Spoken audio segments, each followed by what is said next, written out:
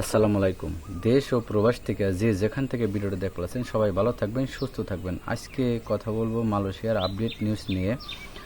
Calling পেশা সম্পর্কে কিছু কথা বলবো, অবৈধদের বৈধকরণ নিয়ে এবং কি সাধারণ ক্ষমা।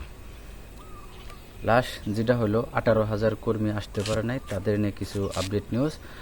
সর্বপ্রথম কথা হলো, এক ভাই বাংলাদেশ থেকে কমেন্ট করেছে, ভাই আটকে পড়া যে সকল কর্মীগুলা মালয়েশিয়ায় নিব, প্রথম ধাপে প্রায় 8,000 কর্মী, তবে নতুন করে কি কর্মী নেব না মালয়েশিয়া। তবে ভাই একটা কথা বলবো, অনুরোধ রইল, আপনারা যারা বাংলাদেশ থেকে মালয়েশিয়া আসার জন্য আগ্রহ বা অপেক্ষা করে বলেছেন, তবে অপেক্ষা করেন, এখনও মালয়েশিয়ার নতুন কলিং ভিসা শুরু হয় নাই বা চালু করে নাই বাংলাদেশিদের জন্য। যাই হোক, আপনাদেরকে দালাল বা এজেন্ট যাই কিছুই বলুক, এগুলা কখনোই শুনবেন না বা কান দেবেন না। আরেকটা বিষয় হলো, বাংলাদেশ থেকে এক ভাই কমেন্ট করেছে, বলে ভাই নতুন করে বাংলাদেশ থেকে মালয়েশিয়া কলিং ভিসা যাইতে কত টাকা লাগবে। তবে ভাই এটা এখনো বলা যাবে না, বা এখনো মালয়েশিয়ার কলিং ভিসা বাংলাদেশের জন্য এখনো চালুই হয় না বা খুলেই নাই। কবে খুলবে, কখন খুলবে, কত হাজার কর্মী আনবে বা কত টাকার ভিতরে আনবো, এটা এখনো শুরু হয়নি। এবং কি আমাদের যে উপদেষ্টা বাংলাদেশ থেকে আইসানে মিটিং করেছিল, সে অনুরোধ করছে আপনার সকল যে যত রেকর্ডিং এজেন্সি আছে সবাইকে জানিয়ে অনুমোদন দেওয়া হয়।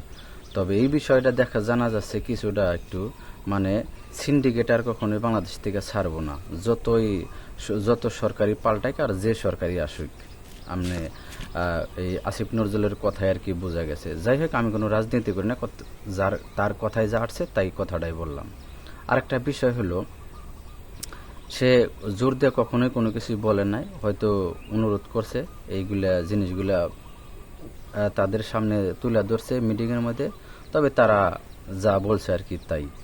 যাই হোক, যেমন বর্তমান মালয়েশিয়াতে অবৈধদের বৈধকরণ, এটা নিয়ে কিছু কথা সেইভাবে সে বলে নাকি, হয়তো তাদেরকে বলছে বা কিছু কথা। তবে অনেকেই অনেক ভিডিও সার্ভার আছে, অবৈধদের বৈধকরণ চালু করব বা চালু হইব, এবং কি কলিং ভিসা অলরেডি চালু হয়ে যাব।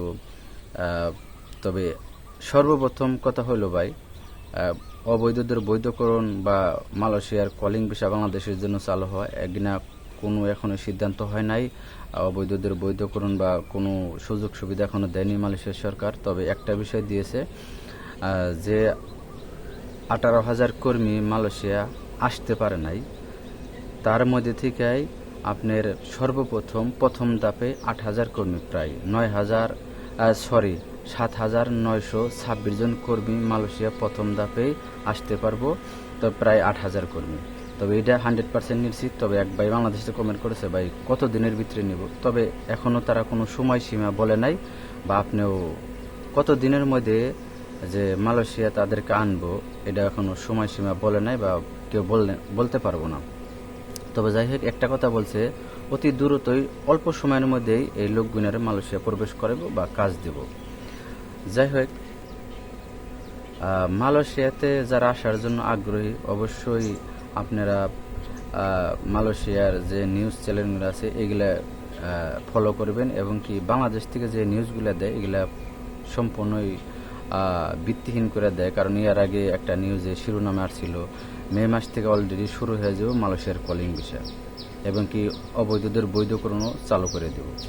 দুইটা জিনিস একসাথে। তবে এগুলা সব এখন সাইড করে রেখে এখন মালয়েশিয়ার সরকার অবৈধদের দেশে যাওয়ার সাধারণ ক্ষমার সুযোগ দিয়েছে দেশে যাওয়ার জন্য।